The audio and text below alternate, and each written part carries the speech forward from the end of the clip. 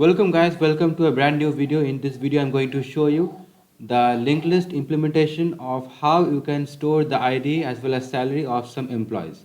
So linked list is different from array in the sense that it is dynamic and you can insert as many number of data as possible, data of similar categories which we also call structures or class. You can use it in different senses.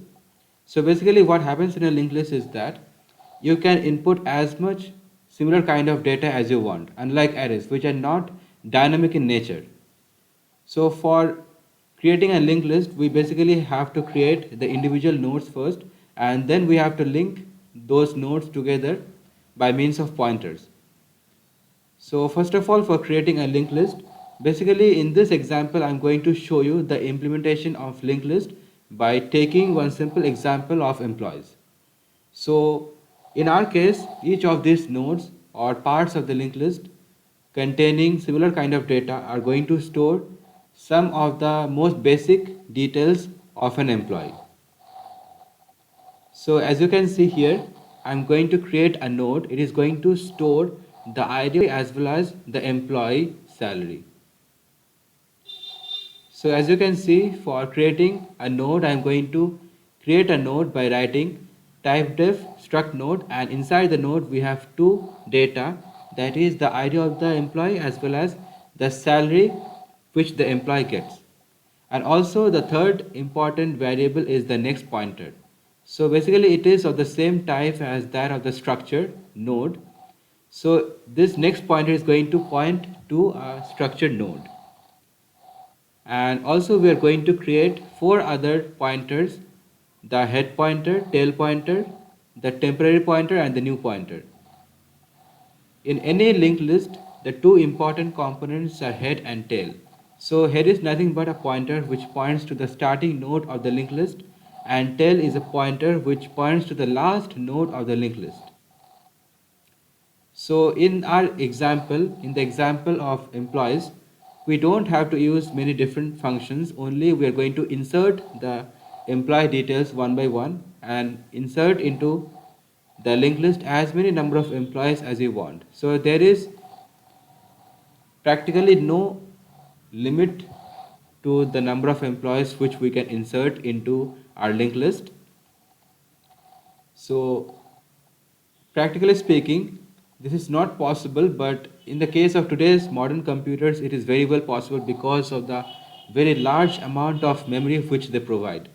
So you can say that it is almost infinite. You can almost insert infinite number of employee details into your linked list.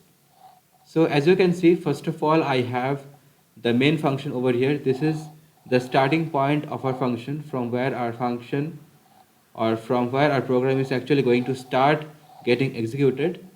So inside the main function, I have declared first of all two variables I and n, and I am telling the user to enter the number of employees which he or she wants in the linked list, and then I'm going to take that input from the user inside the variable n, and then for each of the n iterations which I'm going to perform by making use of the for loop, I'm going to invoke the insert function. So the insert function over here is nothing but a function which is going to take the ID as well as salary of each of the employees each time it gets called, and then it is going to store the respective data inside the ID and salary variables respectively. So the ID is of type integer and the salary is of type float. And then inside the same function only, I'm going to initialize the memory of the temp or the temporary pointer of the type struct node. So I'm basically going to allocate memory space to the pointer so that it can store the employee detail. And now I'm checking whether the temporary pointer is null or not. Basically this is actually a good practice if you check whether your allocated pointer is actually capable of containing any data or not, because many times we see that your CPU is run out of memory, although it is never seen, but it is actually a very good practice to do so. So if the temp pointer is equal to null, then it means that there is no more space for accommodation. So you cannot allocate any memory space to this pointer. But if it is not the case, we go to the if else condition. If else head is equal to null, that is the linked list is empty. So this is going to be our first data for an employee which is going to get stored inside the linked list. This is our first node. So if the head is equal to empty, then we are going to allocate the ID inside the ID of the temporary pointer and the salary inside the salary variable of the temporary pointer. And then we are going to say that the temp next or the next node which is next to the temporary pointer is going to be null, and then finally the head, tail and temp will be equal. So at this point of time, when we have only one node, the head, tail and temporary pointer is going to be the same only. But in the case of the other condition, if we have already at least one node inside the linked list, then the case is going to be somewhat different. First of all, as always, we're going to allocate the ID inside the ID of the temporary pointer and the salary inside the salary of the temporary pointer. And then the pointer and then the node next to the temporary pointer is going to be null. The node next to the tail is going to be temp. So if we have one linked list, the last node is going to be tail, and the next node for the tail we are going to give it as temp. And then finally the tail will go to the position of the temp pointer. So this is how we are going to create each of the nodes one by one, and then we are linking the tail to the next node, and the tail is going to get over to the position of the temp or the newly created pointer. And now this is the traverse function. Inside the main function, as you can see, after entering all the details of the employees, we're going to traverse the details of the employees and going to print each of them one by one.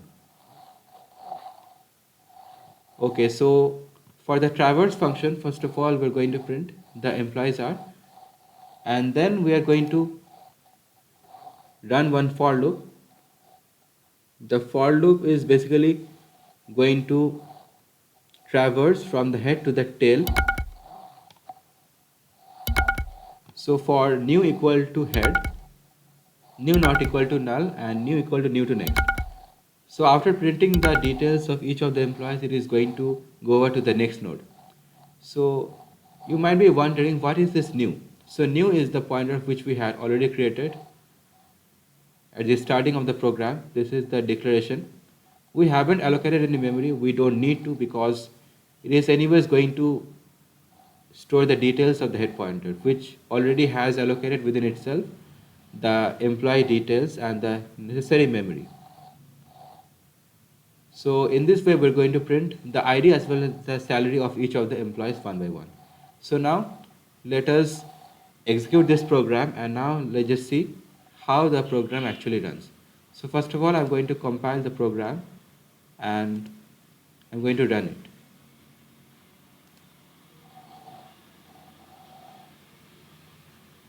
So let me zoom in a bit so that you all can see.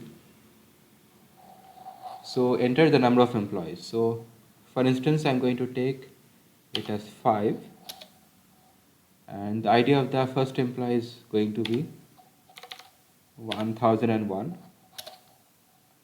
The salary, I'm going to give it as 56,000. Enter the ID of the second employee, 1002. Salary as 78,000. And then the next one is going to be 1003. Salary is something around 49,000. Then employee number 4, 1004 is going to be the ID. And the salary 57,600. ID of the next employee 1006, let us say. The salary is going to be 89,000. Okay, so as you can see, we have entered all the IDs as well as the salaries of all the 5 employees into the linked list, and the employee details are as follows. So this is the way you can enter the employee details, such as basic details only, such as ID and salary, and then you can print them one by one. So this is the linked list implementation of some real world application, you can say. This is a very simple application of the linked list. All the linked lists are not used directly in the form as I have discussed in this video. Their implementations vary from problem to problem. So basically this is the most simple scenario for understanding the implementation of a linked list in the real world. So that's it from this video, guys. I hope you enjoyed this video. If you really enjoyed, give this video a like and also share this video with as many number of people as you can, and also watch my other videos in my channel. I've already created one playlist called Codex, in which I basically post this kind of videos related to data structures and algorithms. You can check that out and go over to my channel and watch all the other videos. You can also watch my cryptography videos, which I have created a playlist for.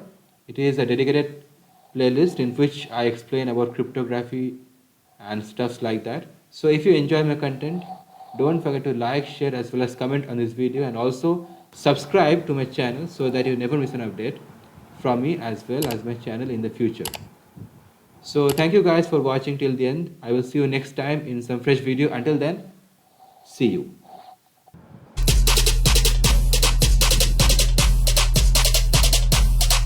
Lit.